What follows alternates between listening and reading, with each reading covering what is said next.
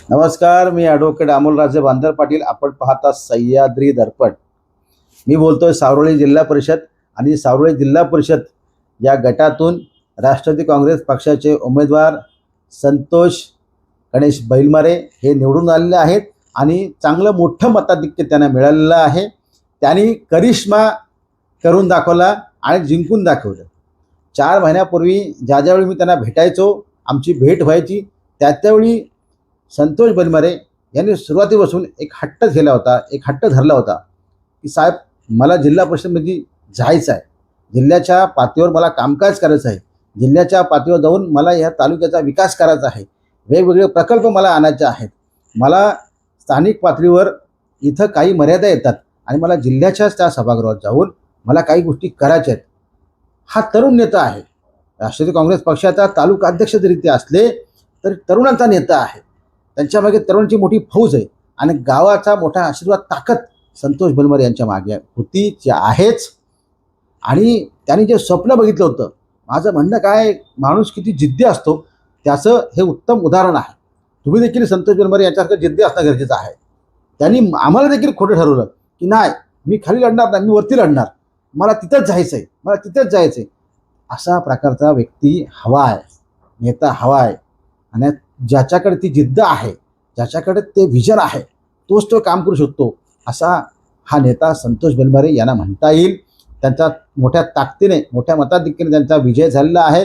त्यांच्यासाठी तो मतदारसंघ जरी काय त्यांच्या ओळखीपाळखीचा जरी असला तरी त्यांनी ज्या ज्या गोष्टी या मतदारसंघात केल्या, राष्ट्रवादी काँग्रेस पक्षाला मागच्या वेळी सुरेश पाटील त्यांच्या पत्नीच्या रूपाने विजय मिळालाच होता, परंतु तो कंटिन्यू ठेवून राष्ट्रवादीची जी काही रेषा आहे ती थोडी पुढे वाढवून हा मतदारसंघ पुन्हा एकदा राष्ट्रवादीचा बालेकिल्ला आहे हे संतोष बैलमारे यांनी दाखवून दिलं.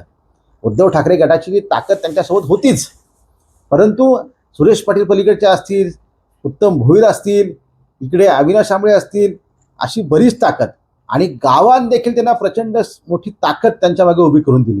गावातला उमेदवार आहे, कारण गावातल्याच ते सरपंच आहेत. सरपंच असताना त्यांनी ज्या गावासाठी ज्या काही गोष्टी योजना आणल्या, जी काही कामं केली, जो काही विकास केला, जे काही विकास काही प्रलंबित आहेत ते करणार आहेत, ह्या सगळ्या गोष्टी गावकऱ्यांना देखील भावल्या. गावातला उमेदवार आहे. आणि संतोष बैलमारे शांत, संयमी, मृदू, कुठेही आक्रस्थळेपणा नाहीये, कुठेही आरेरावे नाहीये, कायमस्वरूपी शांत, नम्र, विनम्र असा हा नेता आहे, चेहरा आहे. आणि माझं आजचं भाकीत आहे की संतोष बैलमारे यांना उद्या रायगड जिल्हा परिषदमध्ये सत्ता आली, जी येणार अशी मोठी दाट शक्यता आहे. सत्ता आली म्हणजे आता शिवसेना, शिंदेगड, भाजप आणि राष्ट्रवादी काँग्रेस पक्ष, तटकरे साहेब हे जादूगार आहेत रायगडच्या राजकारणातले. उद्या काळात जर सत्ता आली तर मानाचं पान खालापूर तालुक्याला जे मिळणार आहे ते मानाचं पान संतोष बैलमारे ह्या विजयी उमेदवाराला मिळू शकतं, हे मी भाकीत करतोय. म्हणजे उद्याच्या काळात सरळ सरळ अर्थ त्याचा असा होतो की संतोष बैलमारे हे रायगड जिल्हा परिषदचे सभापती होऊ शकतात. कुठल्या खात्याचे होतील ते बघू नंतर, ते पक्ष ठरवेल किंवा ते सगळे ठरवतील वरिष्ठ, परंतु सभापती होण्याचं स्वप्न देखील त्यांचं पूर्ण होऊ शकतं. हे देखील आजची एक बातमी आहे आणि त्यांना ते मिळू शकतं. कारण काय आहे, पलीकडच्या आतकरगाव जिल्हा परिषदमध्ये राष्ट्रवादी काँग्रेसचा पराभव झालेला आहे. आणि तसं बघायला गेलं तर खालापूर तालुक्यात ही एकमेव जागा आहे की संतोष बैलमारे ही व्यक्ती निवडून आलेली आहे आणि त्यांनी तो करिश्मा करून दाखवलेला आहे. आयत्यावेळी त्यांना उमेदवारी मिळाली, आयत्यावेळी मिळाली. त्यांनी ते मागणी केलीच होती सुरुवातीपासून, परंतु मिळते की नाही अशा सगळ्या ते, आता मी त्या रामायण महाभारतामध्ये जात नाही, पण त्यांना जी मिळाली आणि पक्षाने जो निर्णय घेतला की यस संतोष बैलमारे तुम्ही उमेदवार, आणि त्यांनी ते करून दाखवलं. त्या जिद्दीने ते ताकदीने ते उतरले, लढले, अक्षरशः पायाला भिंगरू लावून जे काय ते मतदारसंघात फिरले. लोकांचा आशीर्वाद, प्रेम त्यांना तो मिळाला, तो अभूतपूर्व होता.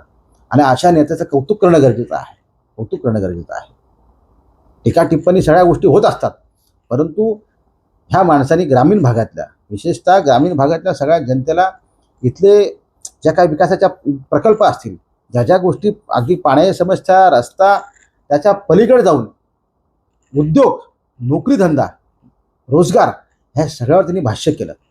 लोकांना ते भावलं, अपील झालं की यस संतोष बैलमारे हे तालुका अध्यक्ष आहेत, ते एका ग्रामपंचायत सरपंच आहेत आणि अशा माणसाला जर संधी दिली तर हा माणूस आपल्या तालुक्याचा विकास करू शकतो आणि उद्या काळात ह्या मतदारसंघामधल्या लोकांना वेगवेगळ्या रूपाने लाभार्थी होऊ शकतात लोक आणि त्यांना वेगवेगळे फायदे लाभ होऊ शकतात. तर हा काम करणारा नेता आहे, काम करणारा नेता आहे. त्याच्यामुळे त्यांचं मी प्रचंड सुरुवातीलाच कौतुक करतो, त्यांना शुभेच्छा देतो. आणि संतोष बनबरे मगाशी म्हटल्याप्रमाणे ते उद्याच्या काळात जिल्हा परिषदेचे सभापती देखील होऊ शकतात. त्यासाठी देखील माझ्या शुभेच्छा आहेत, शुभेच्छा आहेत. कारण ह्या तालुक्याला आता राष्ट्रीय काँग्रेस पक्षाला खऱ्या अर्थाने इथं संघटना मोठी बळकट करायची असेल, वाढवायची असेल आणि ताकदीने उभं राहायचं असेल शिंदे गटासमोर, तर संतोष बनबरेसारखी यांच्यासारख्या एक डॅशिंग नेत्याला, शांत संयमी तितकाच करारी अभ्यासू हुशार अशा नेत्याला अधिक बळ. ते तर ताकदीने निवडून आलेलेच आहेत, परंतु त्यांना जबाबदारीचं पद जर मिळालं जिल्हा परिषदेमध्ये एखादं, तर हा माणूस त्या पदाचा उपयोग स्वतःसाठी न करता मतदारसंघातल्या गावखेड्यातल्या जनतेसाठी, सामान्य जनतेसाठी, गावातल्या लोकांसाठी करू शकतो. हा करणारा नेता आहे. त्याच्याकडे व्हिजन आहे. त्यांची आपण इंटरव्ह्यू केली होती 3 महिन्यापूर्वी. इंटरव्ह्यू बघा, त्यांनी काय काय गोष्टी प्लॅनिंग मांडलेत. मला ह्या गोष्टी जिल्हा परिषदेमध्ये जाऊन करायच्या आहेत आणि हा करणारा नेता आहे, करणारा नेता आहे. त्यांच्याकडे कायमस्वरूपी त्या गोष्टी आणि तरुणांची फौज आहे, पक्षाची ताकद आहे, तटकरे साहेबांचा आशीर्वाद आहे, सुधाकर शेठ घारे ह्या नेत्याची, स्थानिक नेत्याची त्यांच्या मागे त्यांची भरभक्कम साथ आहे. त्याच्यामुळे ते संधीचं सोनं करू शकतात. राजकारण ठिकाणी आता राजकारण संपलेलं आहे. त्याच्यामुळे तो संधीचं सोनं करणारा हा नेता आहे आणि 91 जागातील त्यांची निवडून आलेली आहे त्या खालाव तालुक्यामध्ये. तर हा माणूस उद्या काळात जिल्हा परिषद सभापती झाला तर इथल्या राष्ट्रवादीला ताकद मिळेल आणि तालुक्यातल्या जनतेसाठी एक आशेचा किरण ठरेल आणि संधीचं सोनं करणारा नेता तर आहेच.